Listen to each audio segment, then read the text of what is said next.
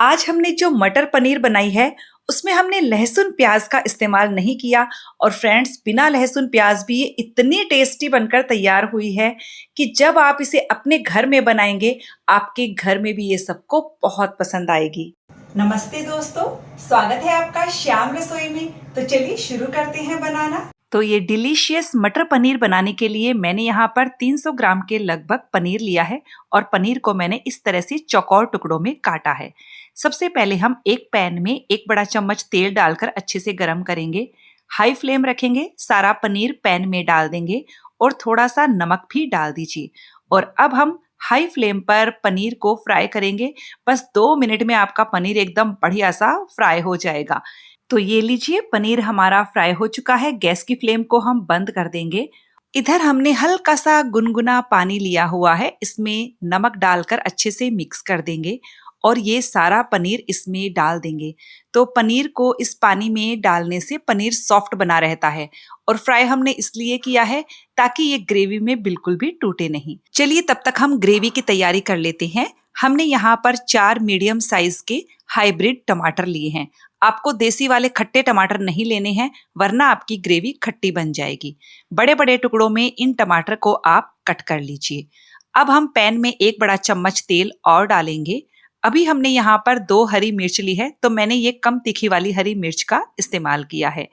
2-3 कश्मीरी लाल मिर्च डाल दीजिए और 1 इंच अदरक का टुकड़ा। तो इन सबको मीडियम फ्लेम पर कुछ सेकेंड्स के लिए भून लीजिए, बहुत ज्यादा भूनने की जरूरत नहीं है। अब हम इसमें टमाटर डाल देंगे। टमाटर के साथ ही मैं यहाँ पर 10 काजू ले रही हूँ।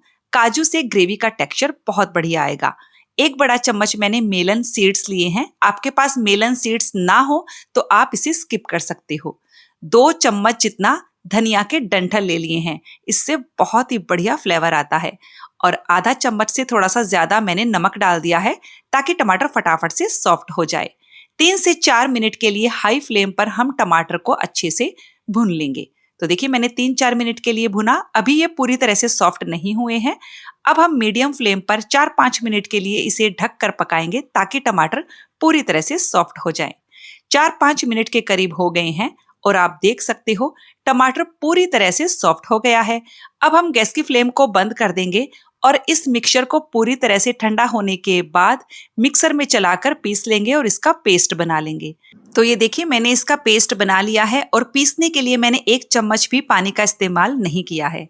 अब हम एक मसाला पेस्ट बना लेंगे। इसके लिए मैंने 1 चम्मच भर कर धनिया पाउडर लिया है, आधा चम्मच हल्दी पाउडर, 1 चम्मच कश्मीरी मिर्च का पाउडर लिया है, इससे ग्रेवी का कलर बहुत बढ़िया आएगा, आधा चम्मच जीरा पाउडर। मसालों को अच्छे से मिक्स कर लेंगे और पानी डालकर हम इसका पेस्ट बना लेंगे ताकि मसाले एकदम बढ़िया से फूल जाएंगे। मसाला पेस्ट भी तैयार हो चुका है। इधर पनीर को रखे हुए 8-10 मिनट हो गए हैं, तो इसे भी हम बाहर निकाल लेंगे। ये देखिए, पनीर एकदम सॉफ्ट है। तो चलिए फाइनल सब्जी बनाते हैं। तो इसके लिए मैंने 3-4 चम्मच तेल गर्म होने रख दिया है। आप अपनी पसंद से कम तेल में भी इसे बना सकते हो। तेल के गर्म हो जाने पर मैंने यहाँ पर 1 तेज पत्ता डाल दिया है, 1 बड़ी इलायची, 2 छोटी इलायची, 1 टुकड़ा दालचीनी का, 3 लौंग और 1 चम्मच जीरा डाल दिया है। खड़े मसालों को धीमी आंच पर 15-20 सेकंड के लिए भून लीजिए ताकि इनका फ्लेवर एकदम बढ़िया से आ सके। इलायची को आप थोड़ा सा खोल कर तेल में डालिएगा। तो चलिए अब हम इसमें मसाला वाला पेस्ट डाल देते हैं और 2 चम्मच मैंने पानी भी डाल दिया है।